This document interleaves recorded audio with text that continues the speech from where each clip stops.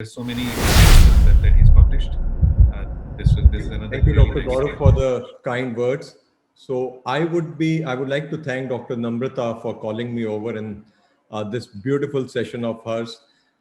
I would be talking today about understanding and decoding intraoperative floppy iris syndrome. Well, we have to give credit to David for this innovation, for discovering it and unearthing it. For those patients who have been using alpha-1 antagonist drugs, specifically tamsulosin, all across the world. So IFIS usually presents with three things. First is there is iris billowing and fluttering. Second is there is progressive constriction of pupil, and there's a tendency for the iris to prolapse through the incisions. I would like to show how it happens. There is, when there is billowing, there is touching, there is progressive pupil reconstriction and iris prolapsing through the incisions. Well, the IFIS occurs in, or in the general population in the study which was conducted, occurred in 1.1% of cases, and more so in patients who have been treated by systemic alpha-1A adrenoceptor antagonists. More so, and the incidence of intraoperative floppy iris syndrome or the flop wherein there is a floppiness of the iris. There are no iris financial disclosures in the subject matter. 57% of eyes.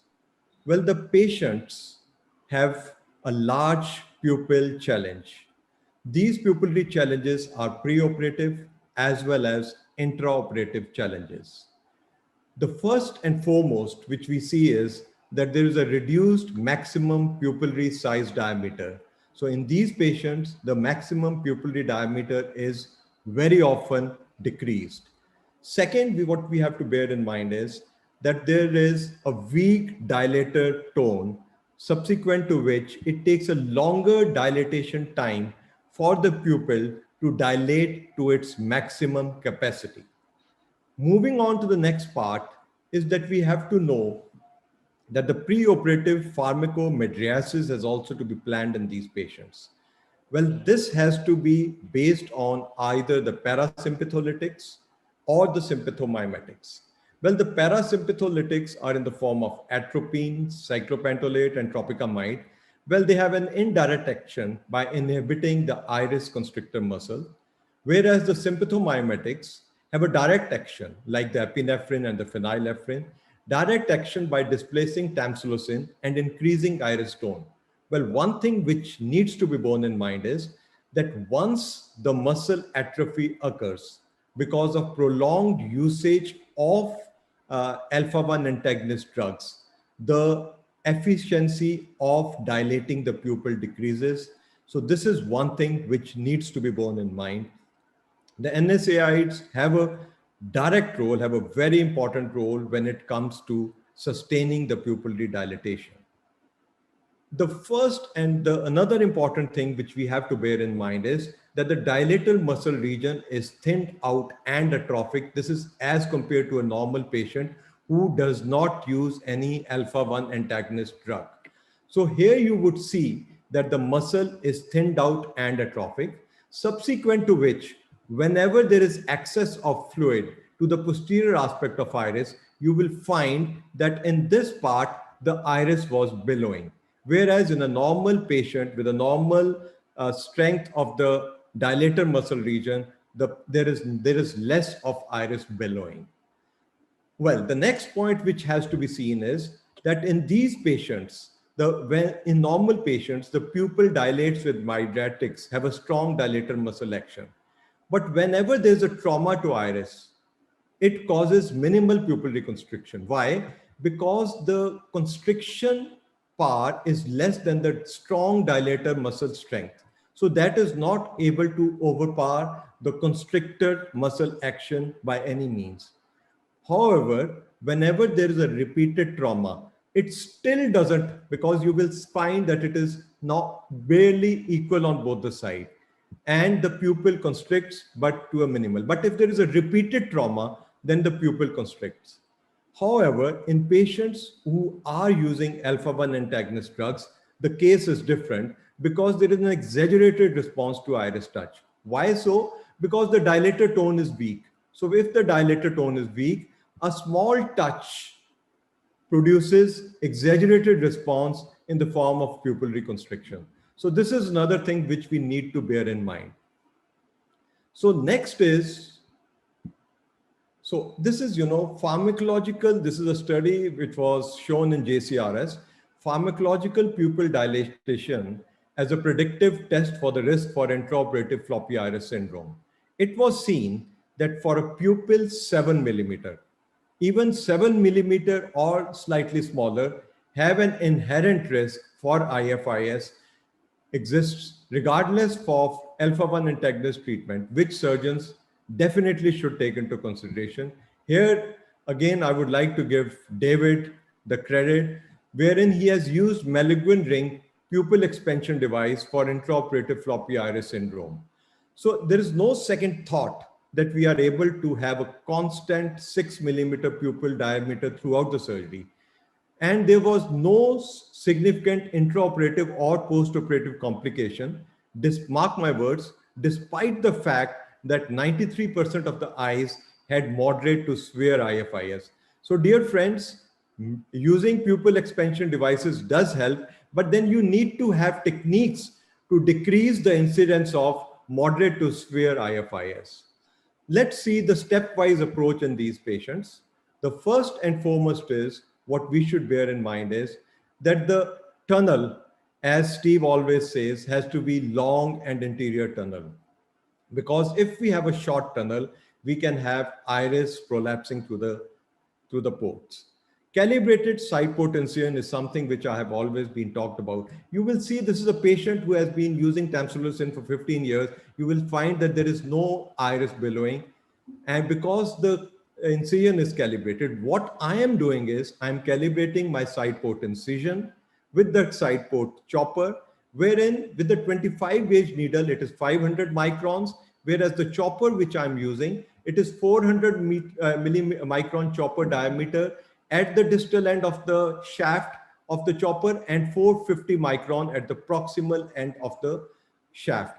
Now, what is happening with this is we are calibrating it, and this difference in 50 microns or so is for preventing distortion. You will find how there is not much turbulence around the side port incision and in the whole procedure, because if we use a non-calibrated side port incision, here I would like you to see the pupil is normal here, but because of the discrepancy in the side port incision, what is happening is that this is being initiated because of non-calibration of side port incision, the IFIS being initiated. This I have seen in so many videos across the world where people are not calibrating the the side port incision. Pharmacomydriasis I have already talked about, but here I would like to re-emphasize, early stages it helps, but in advanced stages it doesn't, because of the atrophy of the muscle. So this is before and after, mark my words, it is. But if by any means, if the pupil size is between 3 millimeter to 5 millimeter, pupil expansion devices are a must.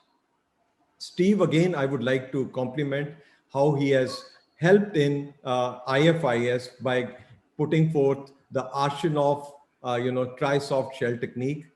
This is viscodispersive, which flattens and slightly dilates the pupil, viscocohesive in the center, then BSS goes behind.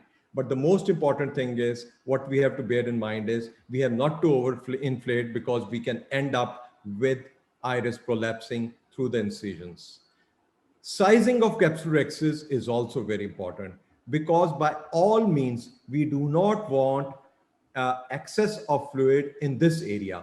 So if the capsulorhexis shield is there and it doesn't allow fluid access to the posterior aspect of the iris in the mid-peripheral region, we will not have IFIS or billowing of iris initiated. So capsulorhexis sizing has to be slightly on the smaller side in these patients. You can use a cystotome also, and whatever suits you suits the purpose as well. The next point is hydrodissection. Don't be overzealous, because if you are, you can end up with a situation of having IFIS. Fluidics, low fluidics, because you don't want iris turbulence. Continuous irrigation has to be off, because if continuous irrigation is on, you can have a situation like this, because there is a high AC IOP, and when you come out, there is prolapse of the iris. Nuclear emulsification is very important. What I do is I use low fluidics, but the most important part is leave the nuclear pieces in situ. Why we leave the in situ? Because that helps in having a stable AC, and it helps a situation where there's less excess of fluid to posterior aspect of iris. So this is another thing which needs to be looked into while doing nuclear emulsification. The next part is, in these patients, you should divide your pupil into two. And while emulsifying, if by any means you have to use high fluidics, keep it in the proximal part.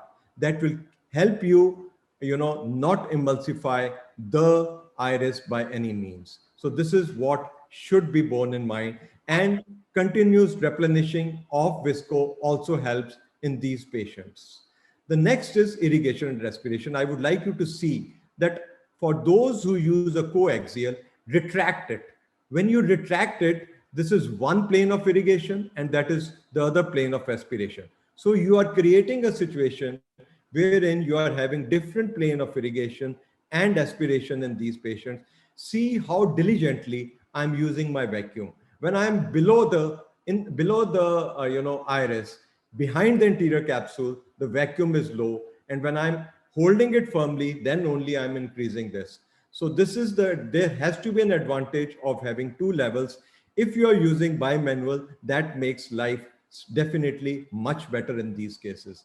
In our series of cases, we did not have even a single case of moderate or severe IFIS, and that too for the last so many years.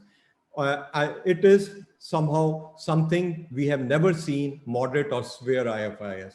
So decoding, we should know the technique. Atraumatic surgery, decrease excess of fluid to posterior aspect of iris.